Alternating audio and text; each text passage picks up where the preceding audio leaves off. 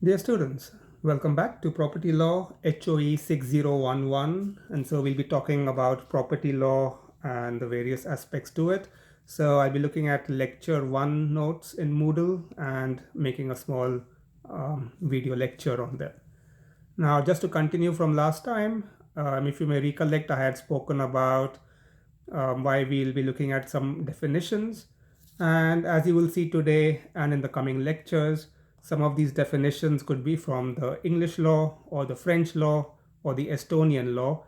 And there's a reason for all of this. As I tried to explain last time, English law is quite old and it goes into a lot of detail about a lot of things. And you can see how it evolved in a situation where you didn't have a parliament or a legislature as such. So it's all about traditional practices that somehow became a sort of a law. And then if you see the French civil code, for example, to understand some of the definitions, then it's a very important element from 17th and 18th century continental Europe, where you have codification. And so they have really tried to make a specific law with specific sections and specific everything. And then I'll also be looking a bit at Estonian law. Why? Well, for example, it's a very interesting phenomenon because Estonia got its re-independence, like many other countries in this part of Europe, and this was in the 1990s. And so a lot of these countries started off from a blank slate. I mean, they just dropped the whole Soviet thing, and so adopted the most modern and most relevant legal norms and statutes that could be found in Europe at that time, Western Europe especially. So when you look at Estonian Property Act, for example, what you have is the most modern of the property laws because they have incorporated all the modern elements from around them. So you can see how this plays out. English law, old school. French law, well, still 200 years old, but codification and a sort of a detail towards attention towards related topics like human rights, um, you know, freedom of enterprise and things like that. And then you have Estonian law, which is like a really modern property law in the sense that because it started out in the 1990s, they didn't have any emotional baggage to deal with. And this is especially very interesting when you look at certain legal systems. For example, if you look at the UK tax laws and the commentaries on them, they're like so thick, 2 volumes. If you look at American laws, for example, and the commentaries on them, they go into hundreds and thousands of pages, and it's because of emotional baggage. Yeah, you can't just overturn a system overnight. I mean, that would require a revolution, and that's what happened in Estonia, Latvia, Lithuania, and many other countries. There was a revolution in the 1990s in the sense that the Soviet Union imploded, and a lot of countries became free and independent. So, well, a bit about that. Sorry, it's a history lecture, but just to make you understand how property law works out. All right, so we look at definitions, we look at concepts, we look at different things, and maybe what you will realize during the course of your studies in this particular course is that the laws are not different. It's just that maybe the wordings are a bit more specific sometimes or a bit more nuanced sometimes. Maybe the older laws are a bit more just tired, yeah, a bit more heavy duty because of the historical challenges and cultural aspects that have taken place and the changes over the last couple of 100 years. So when we look at property law, it's basically about legal relationships. And this is also very important because property as a concept has undergone a lot of changes over a period of time. Earlier property belonged to everybody. Yeah, it was a tribe, it was a tribal society. You were Red Indians, and the whole place just belonged to the strongest Red Indian tribe, for example. And then of course you have national borders coming up, you have changing borders, you have changing social systems, you have capitalism, sometimes you have socialism, sometimes you have communism.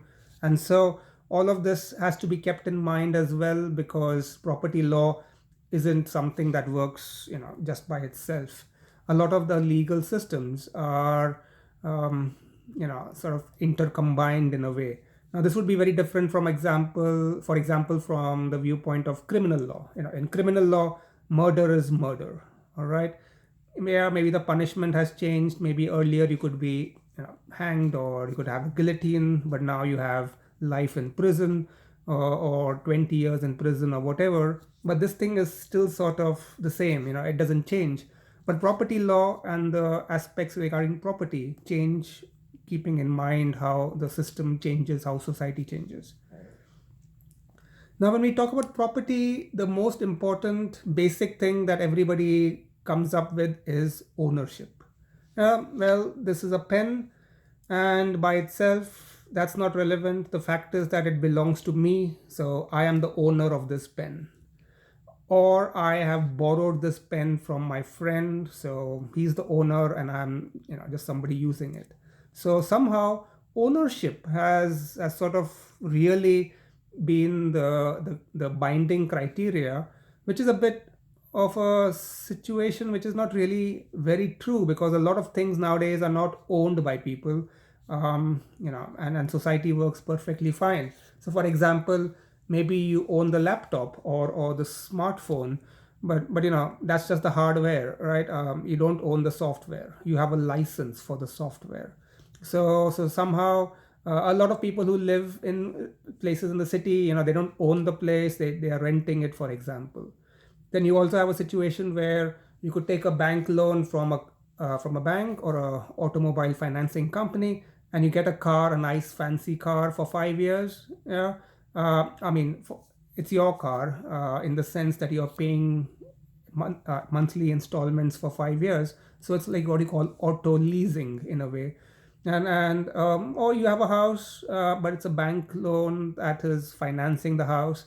So even though you live in the house and you're the owner of the house, the fact is that you borrowed €1 million from the bank, and you are paying 2,000 every month for the next 30 years or whatever.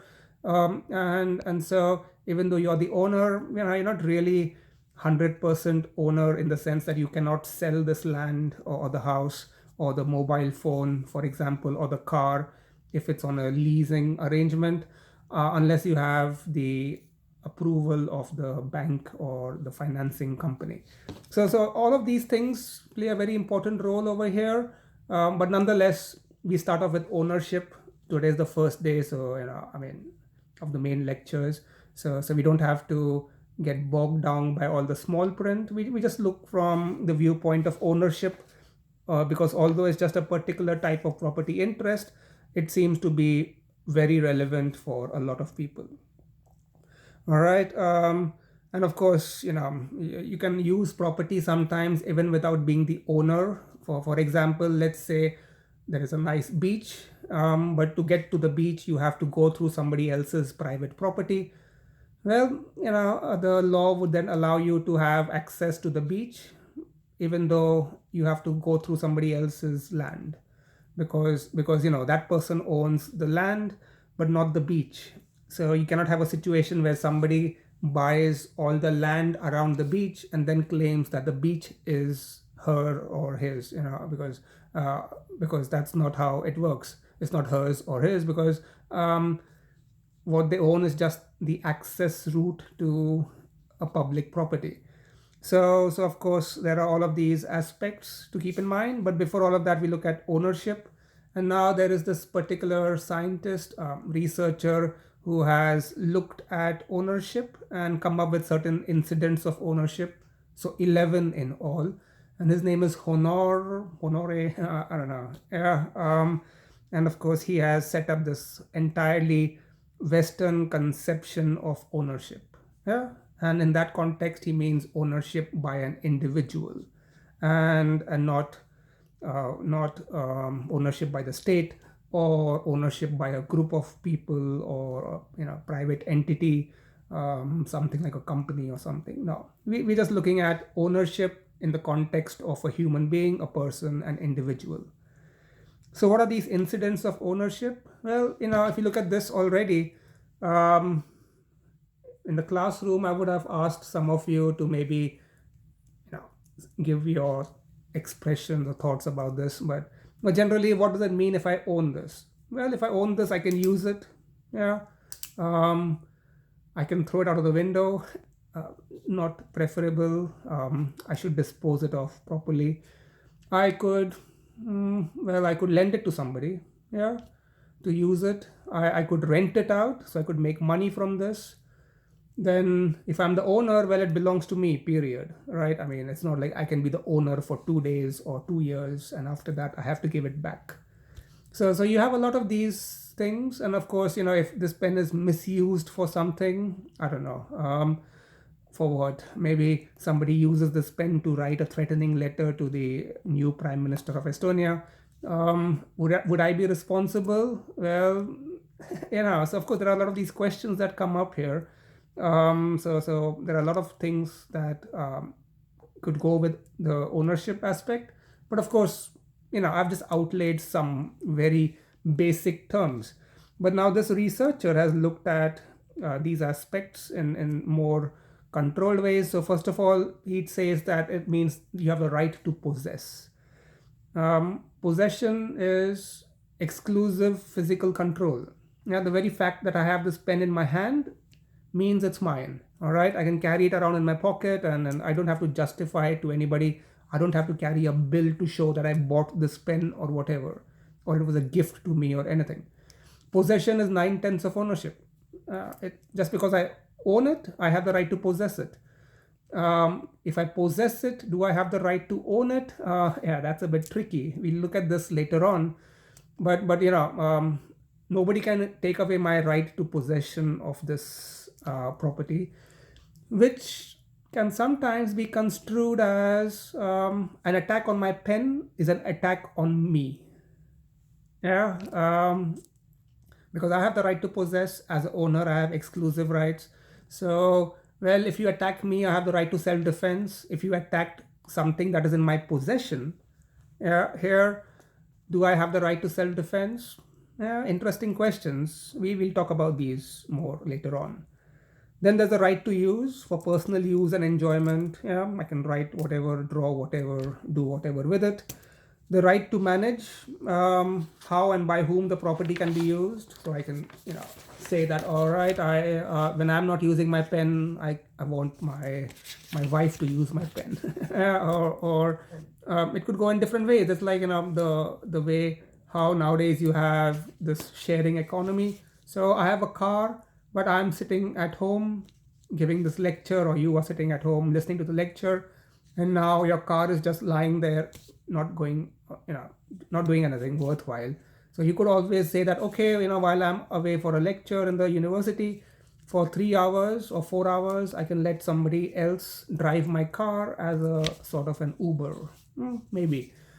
Depends, of course, on the regulatory environment and things.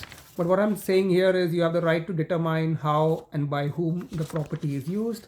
So you have the right to manage your property. The right to the income of the thing, as I said previously, you can rent things out so you can make money from it. Now, is this acceptable? Is it taxable?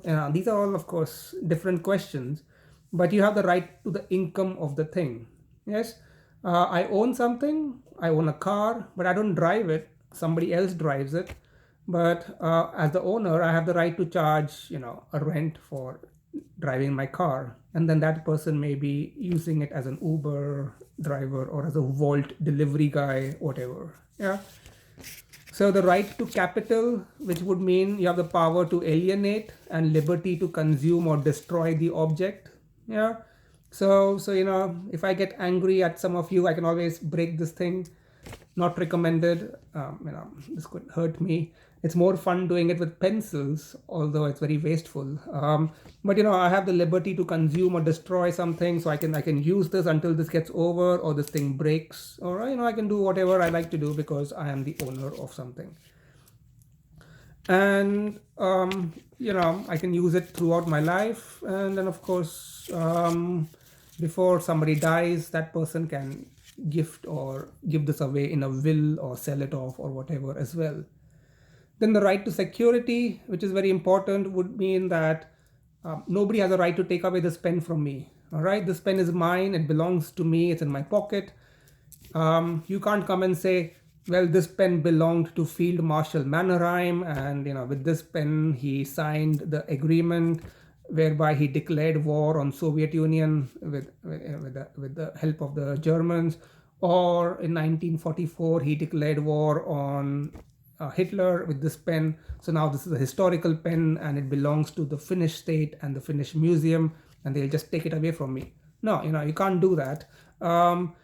You can't take away something that belongs to somebody else. You cannot deprive somebody of ownership unless, of course, you pay compensation to this person. Now, of course, this can mean a lot of complicated things. It could mean that maybe somebody stole some property of Field Marshal Mannerheim, and then it came to somebody, and then somebody else, and then somehow it came in my possession.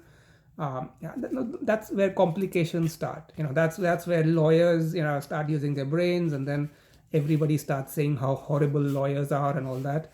But that's where complications arise, because life is not black and white. There's a big gray zone in between. But in general terms, nobody can take your car away or your house away or whatever without giving you compensation.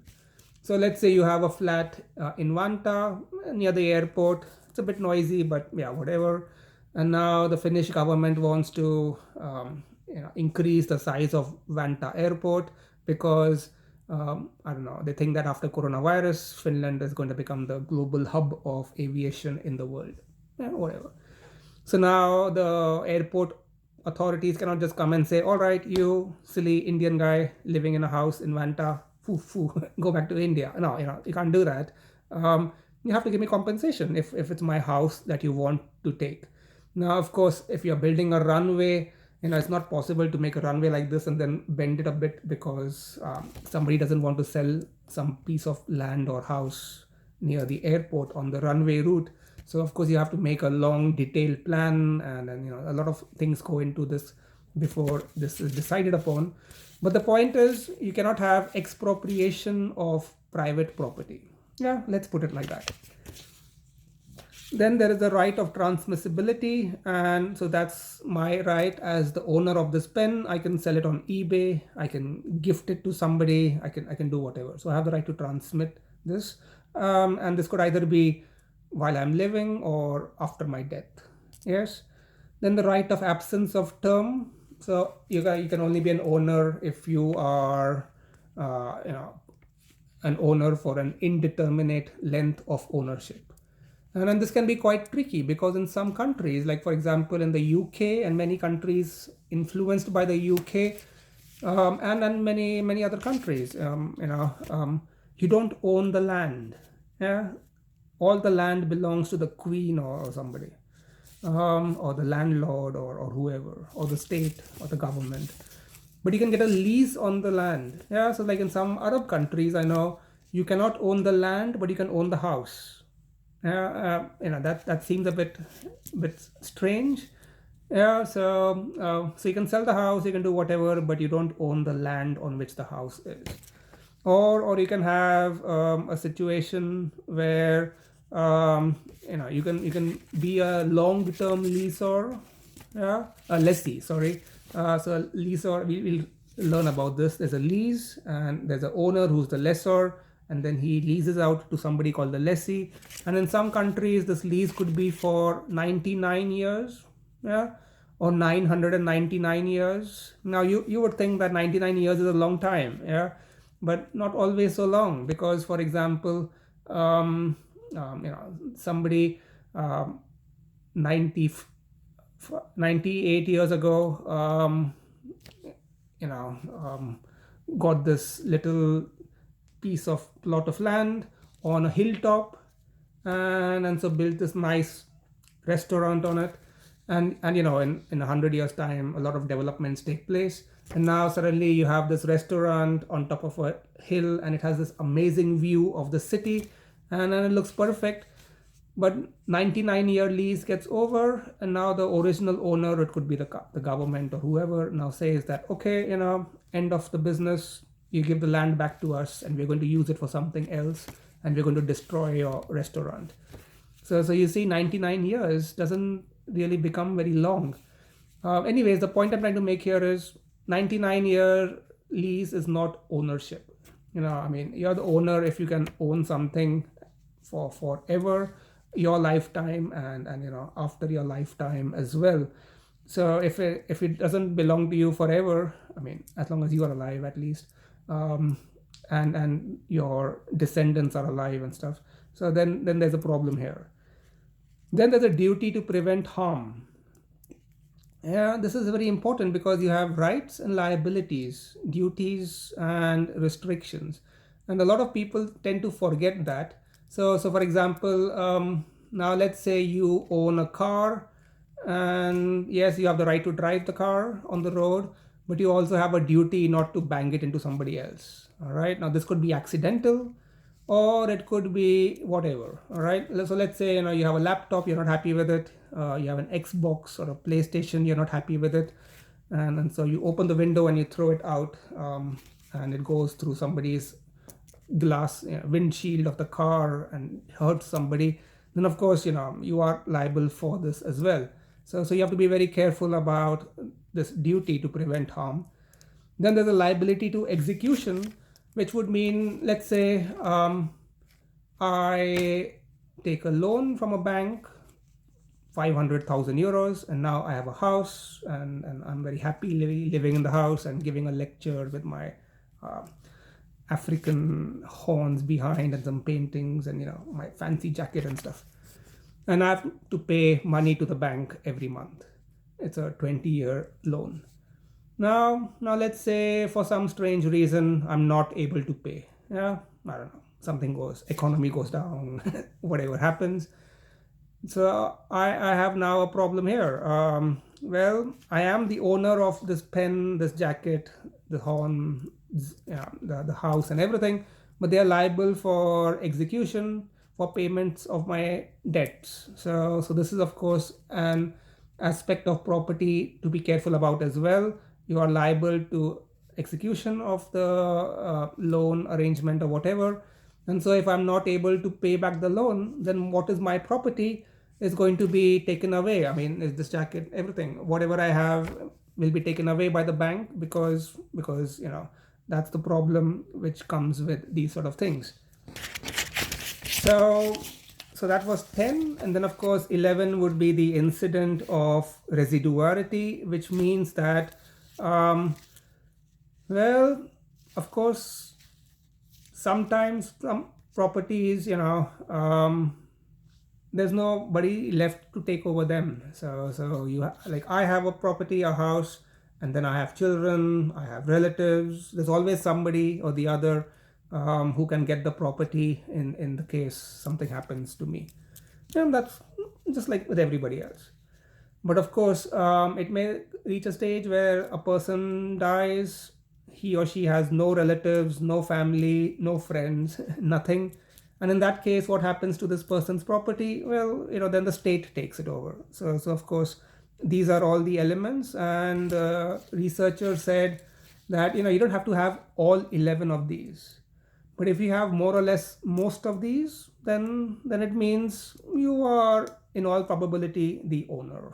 Yeah, so that's as simple as that.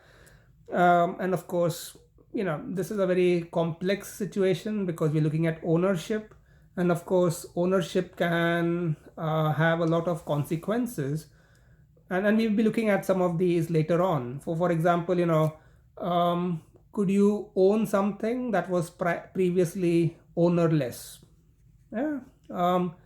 Now this could be quite an important question that can arise, and then we'll look at some of these aspects later on, but just something to think about.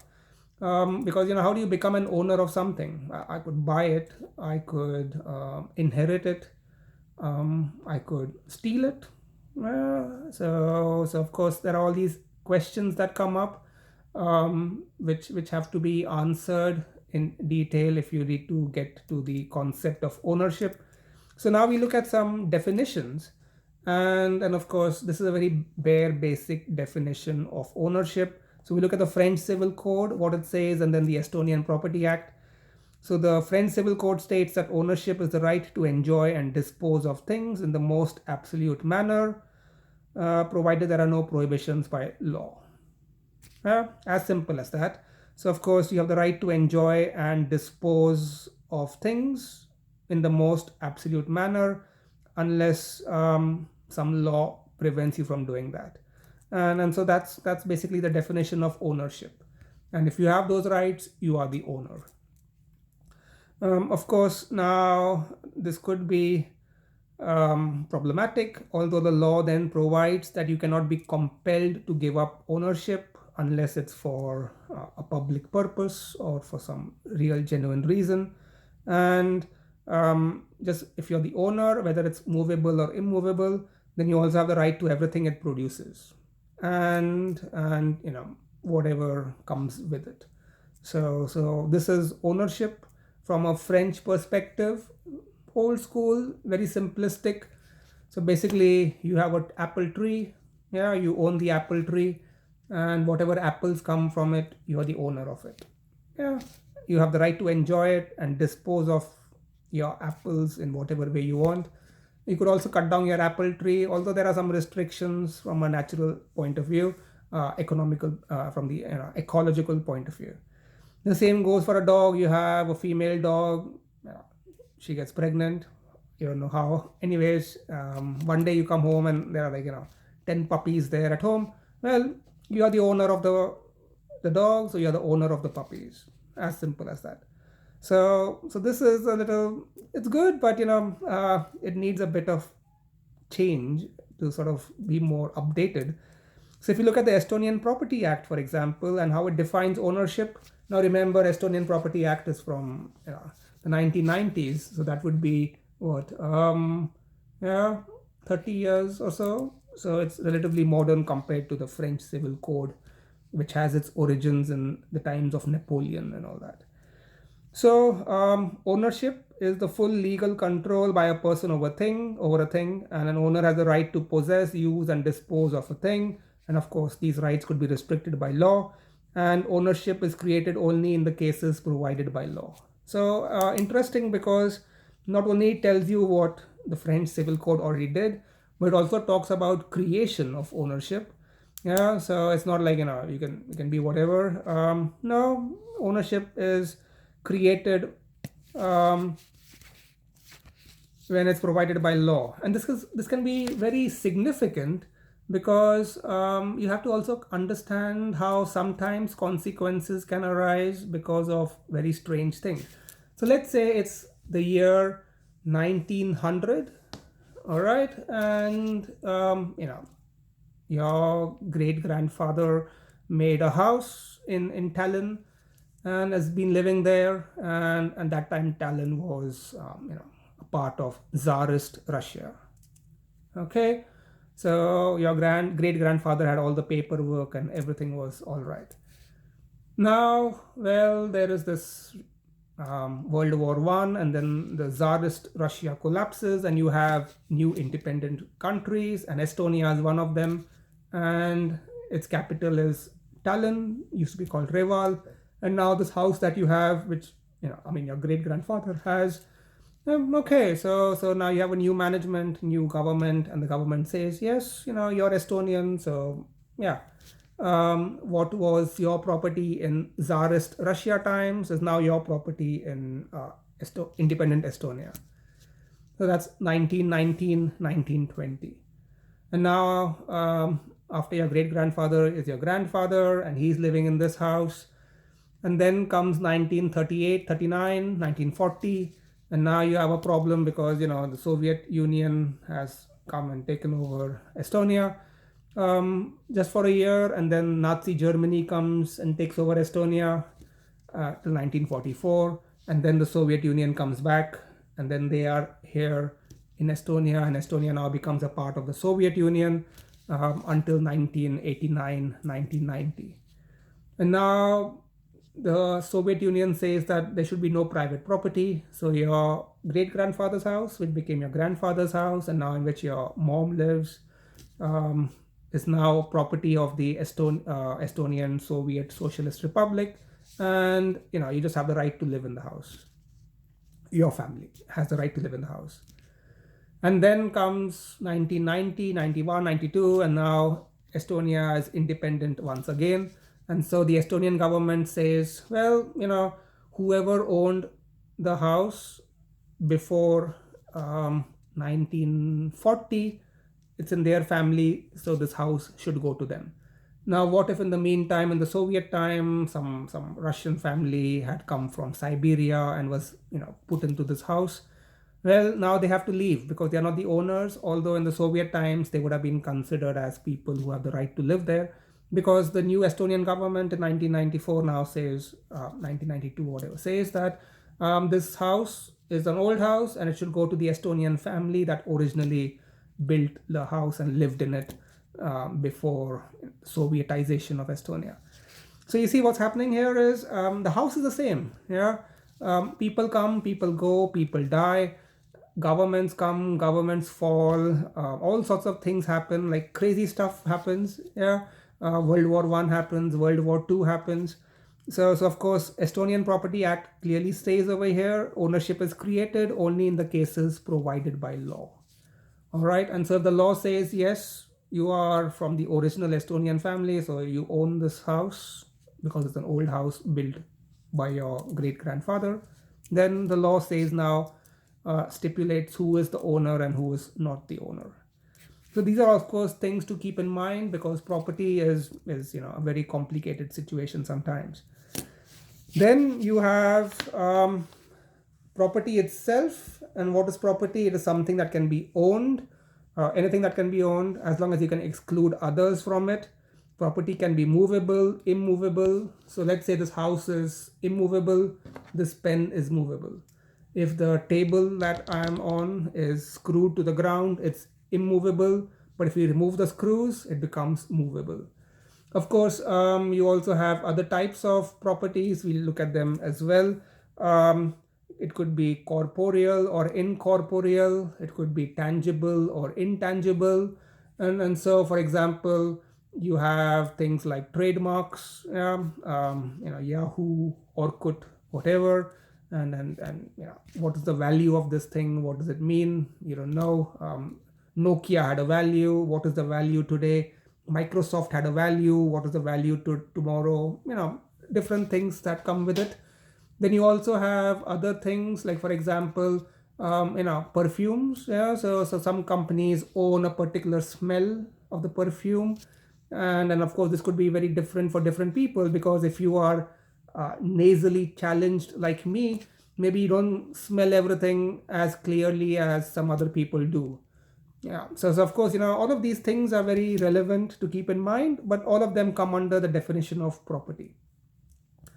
So, okay, we have seen ownership, we have seen property and how you can become the owner, but how can you lose property? Well, that's also a very relevant question. So it can be lost in three ways: act of man, woman, act of law, number two, and then act of God is number three. So there are some examples given over here. Act of man, you give it away. Alienation, it's your property, it's my pen, I can give it to whoever I want to.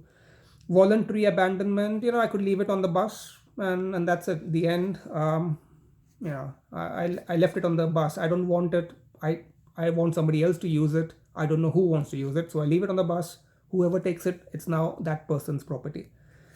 But of course, you could have a situation where I'm on a boat and the boat is small and it's a storm coming over, and now we have to really lighten the boat, and so I have some stuff which I throw into the water. It's not a very deep lake, with the expectation of picking it up later on, or maybe I lose my pen.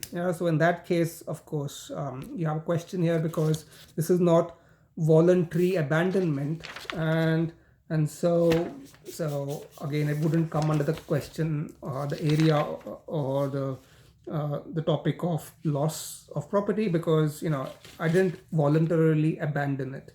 But if I do so in a voluntary manner, then of course I lose my property. All right. So here you have these certain examples by act of man, and then of course you have property which could be lost by operation of law, and this could be it's a forced sale. For example, you know I took a loan from the bank. I can't repay back the loan, so now the bank takes over all my property and sells it off, um, or to fulfill my obligations, or then by confiscation or sentence of a criminal court. So you can have a situation where I knew somebody, for example, he went to Australia for some years, earned a lot of money, but in cash, and came back to Estonia. And then the first thing he did was, with that money, he bought a BMW car, black BMW, brand new. And now all the money's over, fancy car, no money for petrol. So he started selling drugs. Yeah, he thought maybe he could do that, would be a good business. And so the first sale he was doing of drugs, he got caught by the cops. And the cops said, aha, you have a fancy car. Where did this car come from? We bet you've been selling lots of drugs before. And he was like, no, I earned this money in Australia. And the cops are like, oh yeah, really? Show us your tax receipts, show us your employment certificate, contract or whatever. Of course, nothing exists. So he couldn't prove where he got the money from. And so now you have a problem here. The problem here is because he was charged with sale of drugs or selling drugs, so you could end up losing your property because the court orders something like this. Then it could be prescription. We'll talk about this in more detail. It's your house, you own it, but you don't live there. Nobody lives there for 50 years. Nobody's using it. And now somebody else comes and takes over your house and starts living there. You see that person, you don't take any action.